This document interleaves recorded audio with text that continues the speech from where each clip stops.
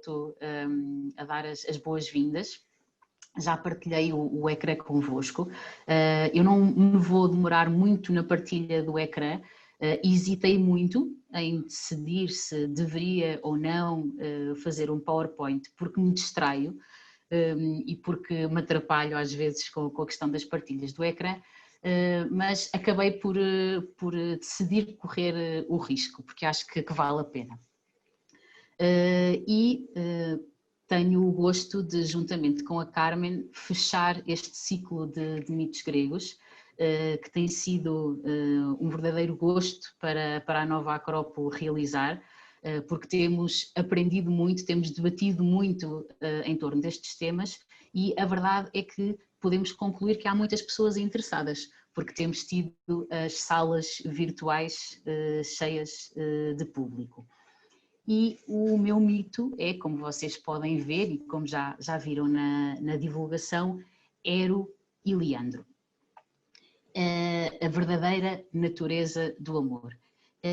É um mito que não é tão conhecido como outros que fizeram parte deste ciclo, mas, no entanto, que foi muito representado em diversas obras de pintura, também de poesia, inclusive numa comédia, e que surge em autores clássicos, como por exemplo Musaios, que é um autor que se pensa que tenha sido da altura do século VI a.C., portanto muito antigo. Ovídio, que é um dos clássicos que é bastante conhecido, que foi efetivamente citado e desenvolvido em obras de diferentes autores clássicos. Dizia eu que Ovídio, que é um dos clássicos talvez mais conhecido da nossa época, um poeta romano do século I a.C., e inclusive Christopher Marlowe, eu não sei se vocês já ouviram falar, que é um dramaturgo, um poeta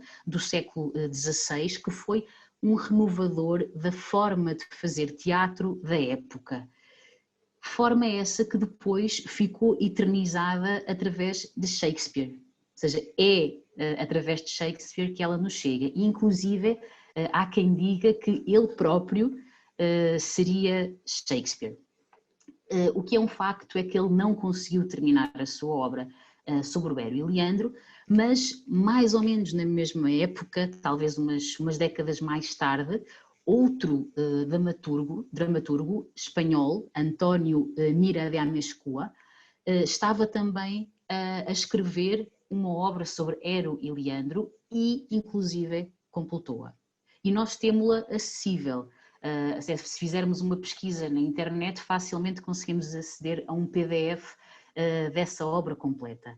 Enfim, tudo isto para dizer que, mais uma vez, eu tenho a oportunidade de, através destas atividades, conhecer maravilhas da arte e da literatura, e fico muito agradecida e feliz por isso. E tenho também uma dupla oportunidade, que é a de vos dar a conhecer. O mito de Ero e Leandro é uma história que consegue ser contada em menos de um minuto, se quisermos. Mas reparem, não é por isso que deixa de ser interessante, porque eu disse-vos a quantidade de autores clássicos que pegaram neste mito como inspiração para criar. Então só pode ser algo muito belo, algo muito interessante e ao mesmo tempo muito forte. Facto é que acaba mal. É uma tragédia, eu diria típica de Shakespeare. E eu decidi fazer o chamado spoiler, sem aviso, que é para não vos dar a oportunidade de tapar os olhos. Eu decidi mostrar-vos logo o fim da história, que é exatamente esse que vocês podem ver nesta obra do século XVIII, XIX. Para que fosse mais fácil para vocês entrarem interiormente na história, quase de forma solene, né? Para que perante o que já é conhecido por vocês, que é o final, a partir do primeiro instante, se abram a outras possibilidades. Possibilidades de ver e de pensar esta história. Mas vamos à história. E para isso temos de embarcar numa viagem, porque tudo se passa no Hellesponto, que atualmente é conhecido por Estreito de Dardanelos. Para ser mais fácil, eu coloquei aqui algumas imagens para nos situarmos. E corro com isto, como já vos disse no início, o risco de me atrapalhar com as partilhas de ecrã por causa de apenas 3 slides, mas feitas as contas, eu acho que vale a pena o risco, porque esta contextualização inicial eu penso que é importante. Então estamos no Mediterrâneo e fazemos uma aproximação à zona que nos interessa, que é essa que vocês veem agora sinalizada com um círculo. Ou seja, é a zona entre as atuais Grécia e Turquia, onde podemos encontrar o Mar Egeu e o Mar Negro. Fazendo mais um zoom, mais uma aproximação, chegamos à área que nos interessa, o Hellesponto, que está aí marcado com esse círculo.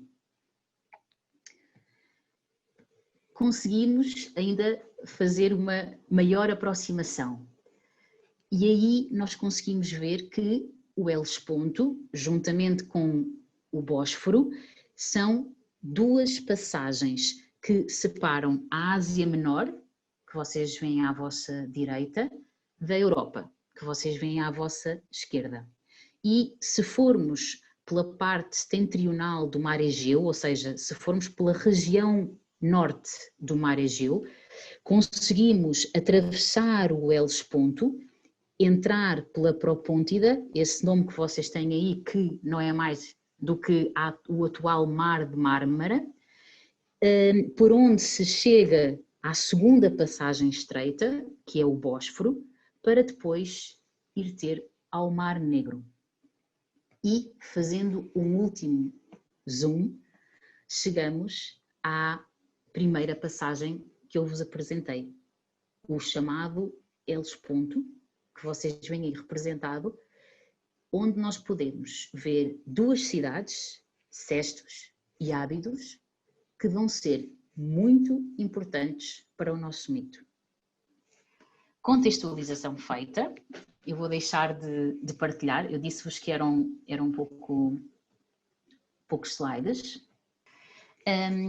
Contextualização feita, já sabemos em que zona do planeta é que o nosso mito se vai passar.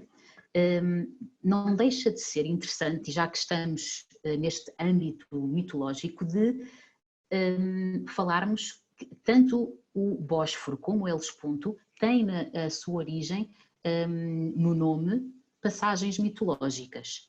O Hellesponto, vocês, os que estão a seguir as atividades do ciclo de mitos gregos, já ouviram falar na atividade do Cláudio. Ele falou no âmbito do mito de Jasão e os Argonautas, que o Hellesponto, o nome surge de uma homenagem a Helle, que é uma personagem do mito do Tusão de Ouro, aquele carneiro, não sei se se lembram, com uma pele, uma lã de ouro. Então, o Hellesponto seria, segundo a tradição mítica, o estreito, o local em que Helle caiu do carneiro voador, o carneiro que levava os 2 irmãos à Cólquida. E o nome atual, que é Dardanelos, vem da época otomana. Havia um castelo de cada lado do estreito e os 2 castelos, em conjunto, chamavam-se os Dardanelos. Provavelmente esse nome vem de Dardânia, que era uma cidade costeira do lado asiático, que por sua vez vai buscar o seu nome a Dárdano, miticamente filho de Zeus e Eletra. E Dárdano seria o fundador mítico da cidade. Portanto, não é só o mito em si, mas todos estes factos que rodeiam a zona onde a história se passa são importantes e têm o seu significado. Este estreito foi muito importante ao longo da história, nós já ouvimos falar dele, por exemplo, a Guerra de Troia aconteceu ali ao lado, do lado asiático, muito próxima do Helesponto. O exército dos persas, que basicamente todos já ouvimos falar, que iam em direção às Termópilas para enfrentar os gregos, passaram pelo Helesponto em 480 a.C. Uns anos mais tarde, quem é que passa por lá no sentido contrário? Alexandre o Grande. Ou seja, este estreito é atravessado em sentidos contrários por Alexandre e por Xerxes, da parte dos persas, em sentidos contrários para invadirem e conquistarem as terras uns dos outros. E é um estreito único, não apenas por esta importância histórica, mas porque é considerado uma das vias mais difíceis e perigosas de atravessar do mundo, porque tem duas correntes principais, e este elemento é importante para o nosso mito. Tem uma corrente superficial, que vem desde o Mar Negro, o que está a norte, para o Mar Egeu, e uma corrente subterrânea, que faz exatamente o sentido contrário. O Bósforo, já agora, também tem uma origem mítica. Não sei se já ouviram falar do mito de Io, que era uma sacerdotisa de Hera, que despertou a paixão de Zeus, uma mais, não é? Porque Zeus teve vários episódios em que despertava paixões e Hera teve vários episódios em que, por ciúmes, teve de agir. Aqui, para evitar a ação de Hera, Zeus acaba por transformar Io com a forma de vaca. E Io, miticamente, faz todo um percurso até ao Egito e passa, sobre a forma de vaca, pelo estreito que hoje é o Bósforo. E Bósforo significa, precisamente, passagem da vaca.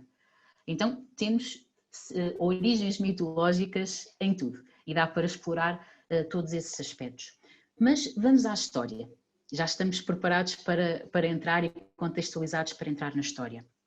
Hero era uma sacerdotisa do culto de Afrodite, que vivia do lado da Europa, na cidade de Sestos, na Trácia, e vivia numa torre antiga da cidade. A sua torre dava para o estreito, para o Helesponto, e do outro lado, em Ábidos, na Mísia, vivia Leandro. Todos os anos, os jovens de Ábidos visitavam o templo de Afrodite, em Sestos, para o festival em honra da deusa. Foi lá que Leandro e Hero se conheceram e se apaixonaram. Mas, devido às circunstâncias, porque não havia aprovação de nenhum dos lados, eles tiveram de manter o seu amor em segredo. Tinham de ter cuidado quando se encontravam, não podiam ser vistos e por isso resolveram que, para isso acontecer, Leandro iria atravessar o Helesponto durante a noite, a nado, em direção a Sestos. E antes do amanhecer, depois de passar a noite com a sua amada, ele estaria de volta à margem de Ábidos.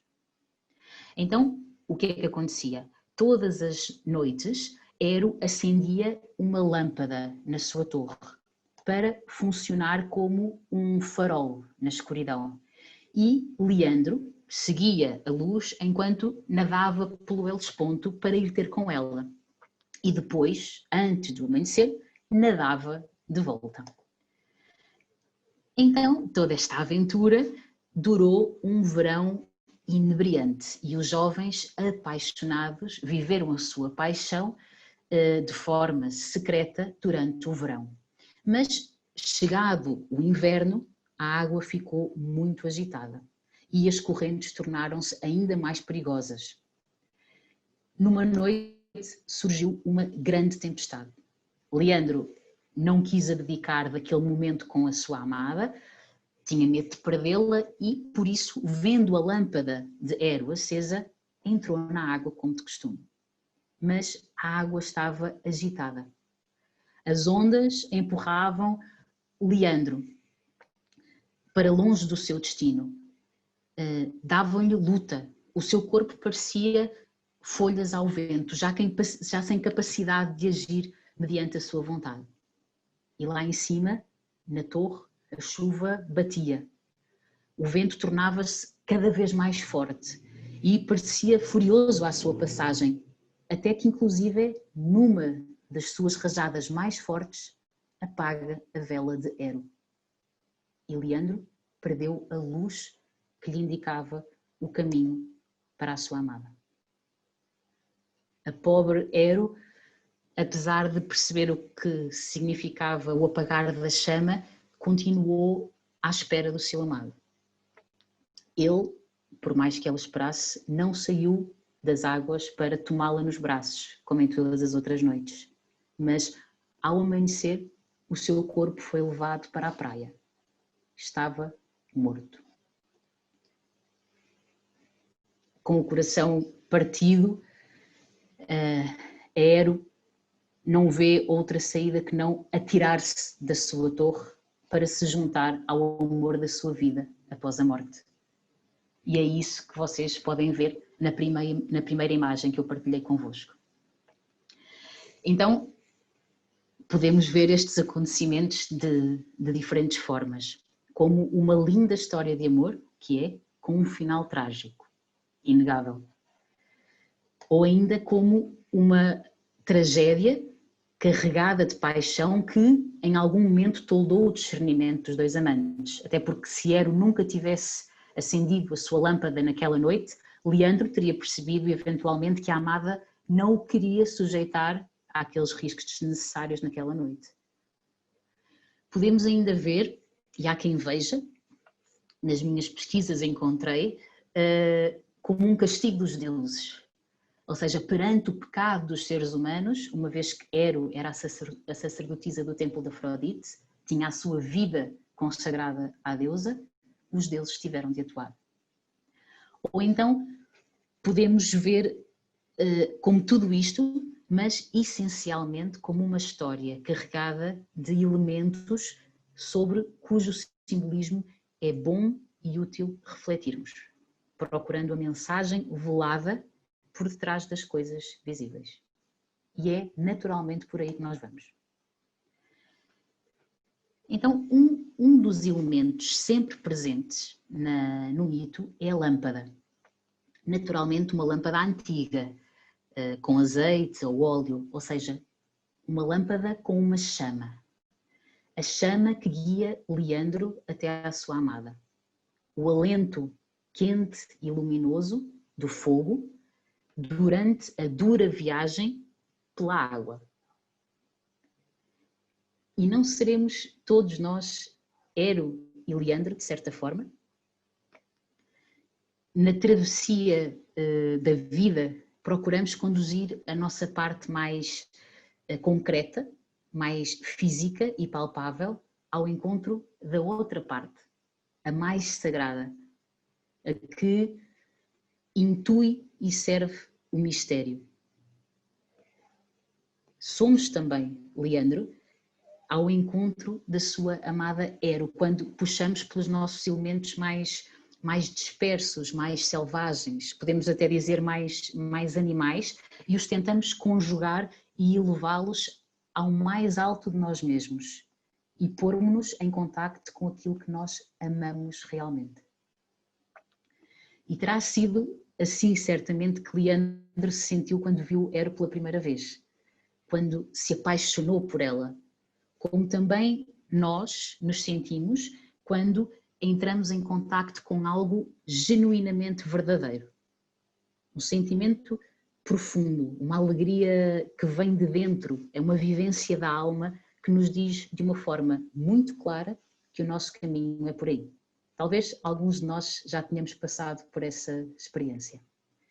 E, tal como o seu amor, de Ero e Leandro, também em nós esse é um caminho interior, secreto, quando sentimos essa vivência da alma, que é protegido dentro de cada um, sobre o qual pouco se fala, porque é um caminho sagrado, é íntimo, é nosso e todos os esforços têm de ser direcionados para vivê-lo, não para falar dele. E como é que conseguimos fazê-lo? De que forma é que conseguimos fazer a travessia perigosa entre estas duas forças que estão em nós, sem nos deixarmos afogar, como Leandro, num mar das emoções, dos pensamentos, das sensações que nos puxam a toda a hora e cada um na sua direção? Como é que nós podemos atravessar o nosso Hellespont? A resposta é poética e por isso pode parecer aos olhos de alguns vazia, mas se nos comprometermos a viver o que sabemos, é também épica. E a resposta é seguindo a voz do coração. A chama que algum dia se acendeu no nosso interior e que dirige os nossos passos desde então. Agora, é preciso dar-lhe azeite para queimar, senão apaga-se.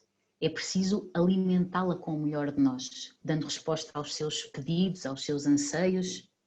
E o que é que será isto em nós? É aceitar desafios, é pôr-nos à prova, é desbravar e conquistar caminho interior, é travar lutas com os nossos medos e as nossas dúvidas. Em bom português, é pôr-nos a jeito, habituar-nos a uma filosofia de vida de risco. Não um risco insensato que nos torna imprudentes e cujo motor é sentir adrenalina. Não é isso. Absolutamente não é disso que se trata. É o risco natural de viver. O impor-se a si mesmo, enfrentar pequenas batalhas todos os dias. Ir somando pequenas vitórias sobre si mesmo. E, fundamental, cujos frutos dessas vitórias beneficiem os outros. Superações que nos permitam chegar mais longe, mas não para aumentar a distância que existe entre nós e os outros. Pelo contrário, que a cada passo que nós demos, arrastemos os outros com o nosso exemplo e os puxemos através das vitórias que vamos conseguindo. Ero e Leandro, se estão recordados da história, eles entregaram-se ao seu amor e viveram-no intensamente durante o verão, tempo de luz e de vida. Mas quando o inverno chegou, chegaram também as dificuldades, os obstáculos, os imprevistos, e talvez seja assim connosco também. A força dos inícios confere-nos sempre um impulso especial, que nos renova o olhar e renova-nos a força sobre as circunstâncias. E é certamente igual connosco quando nós conhecemos, se pensarmos nas nossas vidas, quando conhecemos algo novo, quando começamos algo, sentimos-nos com mais energia, com mais predisposição, mais, digamos, jogados para a frente. Mas os verdadeiros testes são o tempo e as circunstâncias. Aquilo que põe à prova os nossos sentimentos, a nossa vontade, a nossa humildade, o nosso discernimento é, da mesma forma, aquilo que nos faz avançar.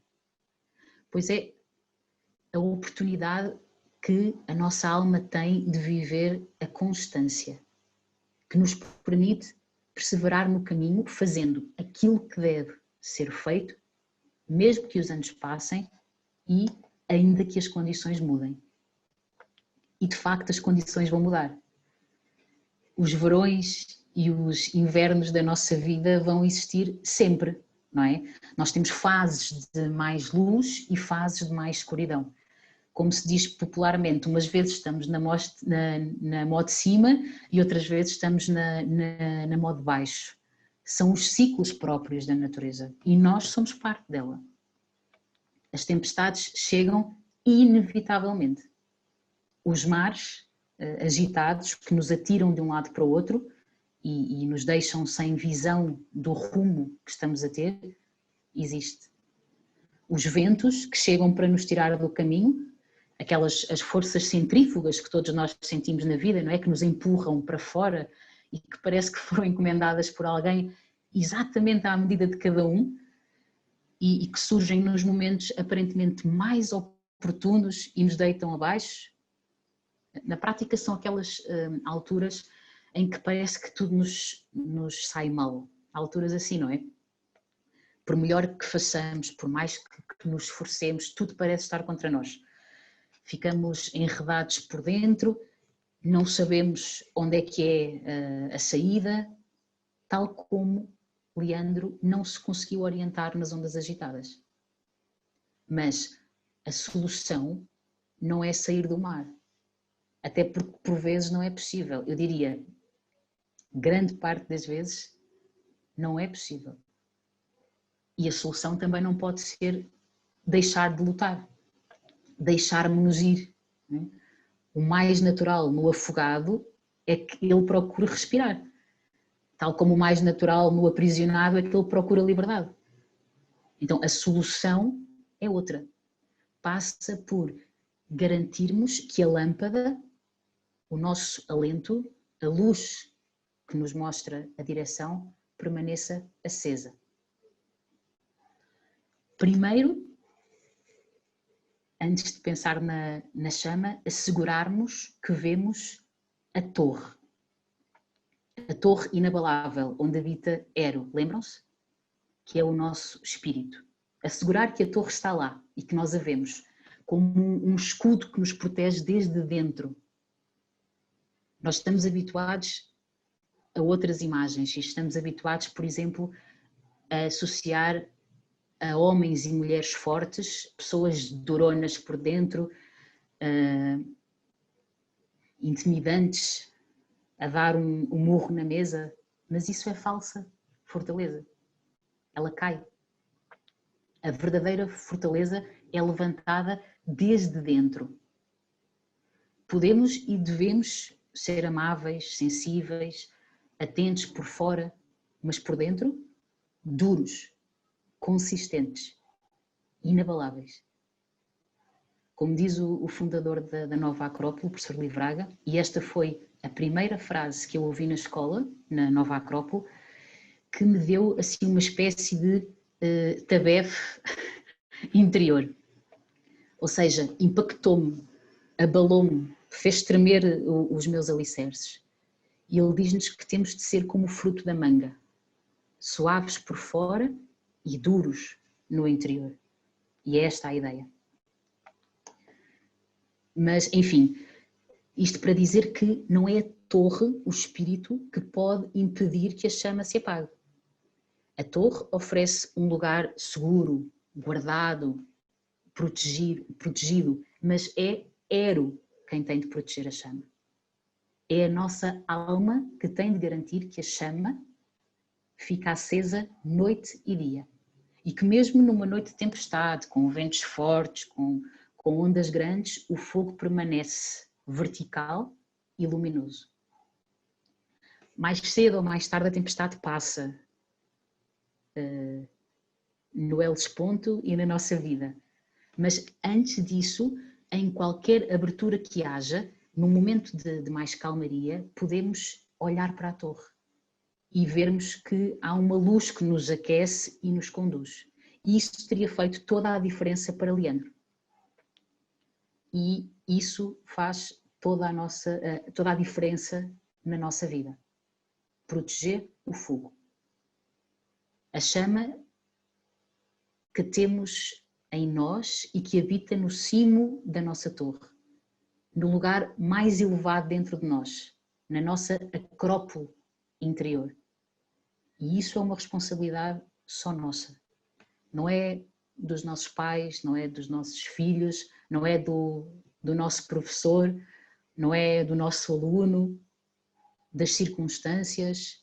Só nós é que o podemos fazer. Proteger a nossa chama. E que as circunstâncias da vida são difíceis, claro que são. E isso já não surpreende ninguém. Nós percebemos isso enquanto seres humanos desde a primeira vez que em bebê nos tentamos pôr de pé e que há uma força natural que nos empurra para baixo. O atrito está e estará sempre presente. Isto não nos pode surpreender. Não nos pode apanhar desprevenidos. No outro dia, acerca desta ideia, uma companheira da escola, uma aluna, dizia-me que aquilo que nós falávamos nas aulas, nas nossas aulas em que ela participa, que lhe parece sempre muito bem e que enquanto está na aula, ela sente que aquilo é verdade, que é assim que deve ser, mas que depois sai da aula e que na vida é muito difícil aplicar estas coisas. Pois é mesmo assim, é para ser assim. Se é difícil, é porque ainda não o conquistamos. E a vida é mesmo isto, é o caminho de reconquista da nossa verdadeira essência. Eu há umas semanas vi um dos filmes do Rocky Balboa, penso que toda a gente conhece, não é? E eu não fazia ideia que nos filmes do Rocky Balboa havia tanta filosofia. E vi o último, o filme onde ele quer voltar a lutar. E toda a gente diz que ele é louco e que já está velho demais para essas aventuras. E a personagem do Rocky, durante uma conversa com o filho, faz uma arenga sobre a luta inerente à vida, super interessante. Ele pega numa daquelas frases clichê de não importa quantas vezes caímos, mas sim quantas nos levantamos, ou outra semelhante. Enfim, há uma série delas parecidas e todas querem dizer esta ideia. Mas a arenga que o Rocky faz lembrar uma frase do imperador Marco Aurélio, que penso que já devem ter ouvido: nada de desgosto nem de desânimo, se acabas de fracassar, recomeça. É uma daquelas que eu tenho escrita em todos os meus cadernos, em várias páginas, para me inspirar. E ajuda a termos estas inspirações dentro de nós, não só nos cadernos, mas gravadas no coração. Ajuda a termos exemplos que queremos seguir, não imitar, mas seguir na mesma corrente, sermos outro elo, que é diferente do elo que está à direita de nós e que está à esquerda. Mas estamos na mesma corrente, sentirmos-nos ligados. Mas voltando a Hero e a Leandro, nós somos tanto um como o outro. Temos ambos dentro de nós. Somos quem segura e protege a chama que guia o nosso caminho e que nos possibilita atravessar o Hellesponto, e somos quem está na água, quem se debate contra as ondas agitadas, quem procura ver sempre luz para se unir ao amor que está do outro lado do estreito. Somos os dois. E como se não bastasse esta complicação, somos os dois ao mesmo tempo. Então, da minha perspectiva, e tenho a certeza que existem chaves de interpretação maravilhosas e profundíssimas deste mito, mas até aqui é onde eu consigo chegar neste momento, daquilo que eu reflito sobre este mito, ele é a história de amor das nossas vidas. O encontro com a nossa alma, não o momento em que nós a sentimos, não, é muito mais profundo que isso. O momento em que a vemos. Não com os olhos físicos que estamos habituados, mas quando a vemos à nossa frente e que nos apaixonamos por ela. E sabemos que a nossa vida só vai valer a pena se nos unirmos a ela. E iremos ter o Hellesponto pelo meio durante muito tempo. Vamos ter de o atravessar. Agora, para isso, não nos adianta querer controlar as marés do Mar Egeu por um lado e as marés do Mar Negro. Ou esperar que o inverno deixe de existir. Nós não controlamos isso. E essa é a natureza da vida. São as leis que regem a natureza em ação. Devemos sim garantir que a chama que nos ilumina o caminho está protegida. e cada vez mais forte e cada vez mais luminosa.